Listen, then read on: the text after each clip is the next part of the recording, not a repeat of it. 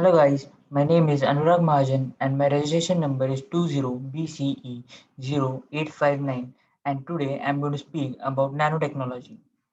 So coming to the coming to our topic. So what is nanotechnology? Nanotechnology is the art and science of manipulating atoms and molecules to create new systems, materials and devices. Nanomanipulation is a technology to manipulate a small object size in nanometer to submicron scale. Now coming to the brief history, the concepts of nanotechnology are not new to the nature or to the mankind. An early example of a man-made nano process is stained glass.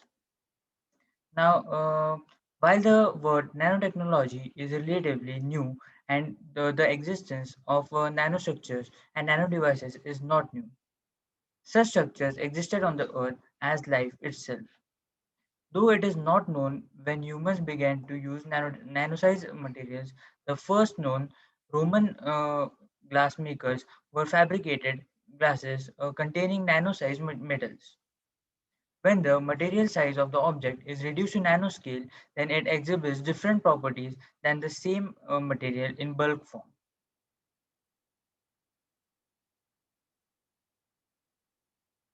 Atoms are extremely small and the diameter of single atom varies from zero point 0.1 to zero point 0.5 nanometer depending on the type of the element. For example, one carbon atom is approximately 0.15 nanometer in diameter and water molecule is almost zero point 0.3 nanometer across. A red blood cell is approximately 7,000 nanometer wide and human hair is 80,000 nanometer wide. Now coming to the benefits of nanotechnology. The power of nanotechnology is rooted in its potential to transform and revolutionize multiple technology and industry sectors, including aerospace, agriculture, technology, homeland security, and national defense, energy, environmental improvement, information technology, medicine, and transportation. Discovery in some of these areas has advanced to the point where it is now possible to identify applications that will impact the world we live in. Nanoscience deals with the study of properties of materials at nanoscales where properties differ significantly than those at larger scales. Nanotechnology deals with the design, characterization, production, and application of nanostructures and nanodevices and nanosystems. All materials are composed of grains. The visibility of grains depends on their size. Conventional materials have grains varying in size from hundreds of microns to millimeters. The materials processing grains size ranging from 1 to 100 nanometer known as nanomaterials. Now, the basic principle of nanomaterials.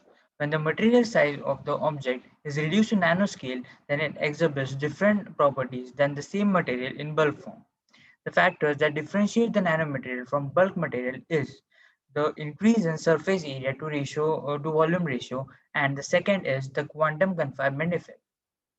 Due to the increase of surface area, more number of atoms will appear at the surface of compared to those inside. For example, a nanomaterial of size 10 nanometer has 20% of its atoms on its surface and 3 nanometer has 50% of its atoms. So this makes the nanomaterial more chemically reactive and affects the properties of nanomaterials. So now the physical properties of nanomaterials. Most nanostructures materials are crystalline in nature and they possess unique physical properties. Now, there are various physical properties like optical, electrical, mechanical, and magnetic. Now, to understand it more, I will show a picture to you.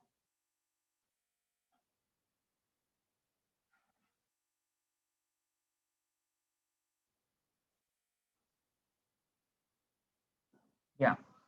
So it reduces the melting point. Nanomaterials may have a significantly lower melting point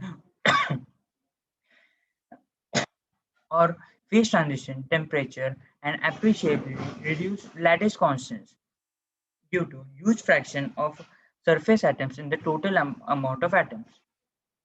Now coming to it, mechanical properties. So the mechanical properties of nanomaterials are one or two orders of magnitude higher than the single crystals in the bulk form. The enhancement in mechanical strength is simply due to the reduced probability of imperfection. Now there is a optical properties. So one of the most fascinating and useful effects of nanomaterials is their optical properties.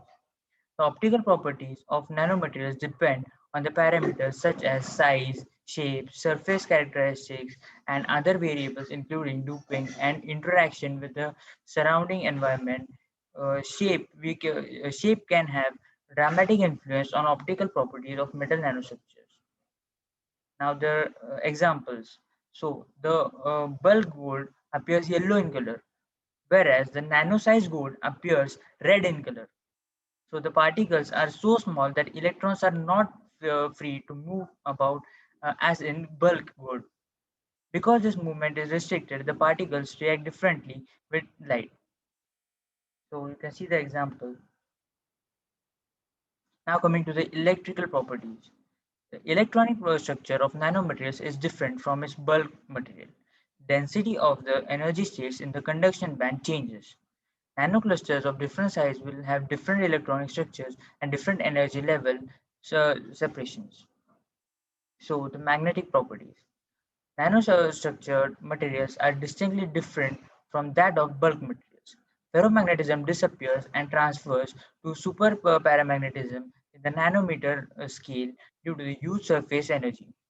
Surface atoms are not only different to bulk atoms, but they can also be modified by interactions with other chemical species. The magnetic moment of nanoparticles is found to be very less when compared them with its bulk size. It should be possible that non-ferromagnetic bulk materials exhibit ferromagnetic-like behavior when prepared in nanorange.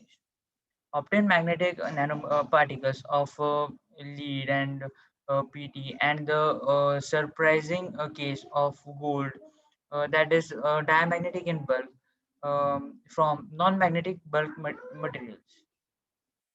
Now, the properties of nanomaterials, we'll see these applications. So, the optical property is used in light-based sensors for cancer diagnosis. Magnetic property is used to increase density of storage media.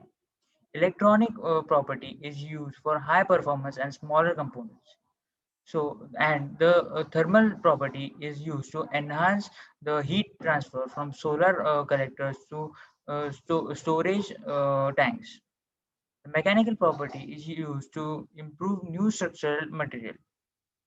The biomedical ones are used in antibacterial silver coatings on wound dressings and sensors for disease detection. The environmental property is used in clean to clean up of soil contamination and pollution.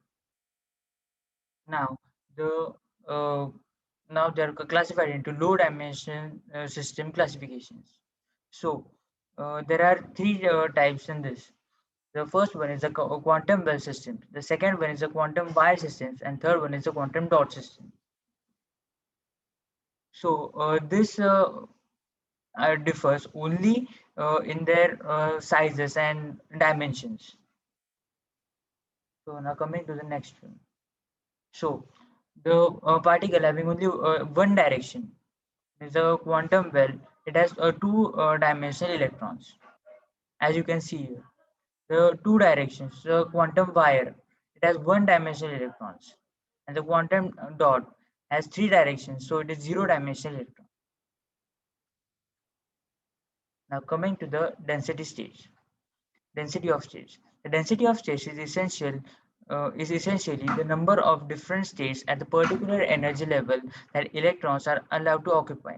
That is the number of electron states per unit volume per unit energy. You can see here the energy graphs for all the density of states.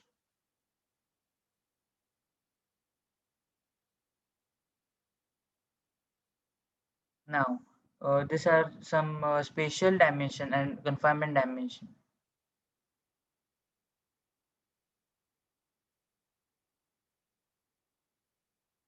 So now coming to carbon nanotubes. The carbon nanotubes were first observed by Sunmino Ijima in 1911. Carbon exists in the large number of allotropic forms. This includes diamond, graphite, and fullerenes, such as C60, C70, etc. Now, the carbon nanotubes are allotropes of carbon. These cylindrical carbon molecules have interesting properties that make them potentially useful in many applications in nanotechnology, electronics, optics, and other fields of material science, as well as potential uses in, architectural fields.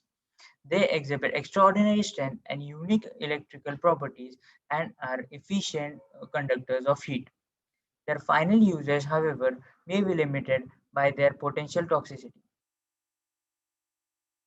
Carbon nanotubes are obtained by rolling the graphic sheet into tubes with the bonds at the ends of the sheet. These bonds are used to close the tube. Generally, the length of carbon nanotubes varies from several micrometers to millimeters, and the diameters will vary from 1 to 20 nanometers. A tube may contain one cylindrical wall of graphite or a number of concentric cylindrical walls. A carbon nanotube consisting of one cylindrical graphite is called single-walled nanotube. Otherwise, they are known as multi-walled nanotubes. So these are basically there are two types only because of the rolling. One is rolled horizontally and the other is rolled vertically. Now we are going to see this. So depending on how sheet is rolled, they are classified into three types. The three types of carbon nanotubes are: first one is zigzag, second one is chiral, and the third one is armchair. So in this zigzag one, so you can see this tubes. You can see these figures. In this, uh, the, these only differs because of its rolling. It is rolled in different dimensions. Few means in one it is rolled horizontally and in other it is rolled vertically. So multi-walled nanotubes and single-walled nanotubes. So multi-walled nanotubes consist of two or more layers of carbon and they tends to form unordered clumps. Now coming to the single-walled nanotube. This consists of just one layer of carbon and it has greater tendency to align into ordered bundles. And these are used to test theory of nanotube properties. Now coming to the quantum confinement effects. So, according to the band theory, solid materials have energy bands and isolated atoms possess discrete energy levels. Nanomaterials are intermediate to the above two cases. For nanomaterials, if the dimensions of potential wells uh, of uh, of potential boxes are of the order of the de Broglie wavelength of electrons, then the energy levels of electrons change and the electrons will remain confined to a small region of the material. This is called quantum confinement. So let me, okay. Then, as the size of semiconducting nanomaterials is reduced, the conduction and valence bands split into subbands due to the restriction of the electron motion in more and more dimensions. As a result, the band gap of the semiconducting nanomaterials increases. The best known effect of electron confinement is that of color change as the size of the nanoscale structure decreases. So, yeah, so nanomaterials possess different colors depending upon their band gap. At lower band gap, the nanomaterials appear red while the same nanomaterials appear blue. This is why the yellow gold looks red at nanoscale, uh, which turns into other colors according to Vibgyor on further reducing the particle size. So now coming to the applications of nanotechnology. So its first application is in material technology. So it is used in nanocrystalline aerogel are light weight and porous. So they are used for insulation in offices, homes, etc. Cutting tools made up of nanocrystalline materials are much harder, much more wear resistance, and last stranger. So, nanocrystalline materials sensors are used for smoke detectors, ice detectors on air wings, etc. And the hardness of metals can be predominantly enhanced by using nanoparticles. Now, it has also a very great use in information technology. So, the nanoscale fabricated magnetic materials are used in data storage. Nano computer chips reduce the size of the computer. Nanocrystalline starting light emitting phosphors are used for plate panel displays.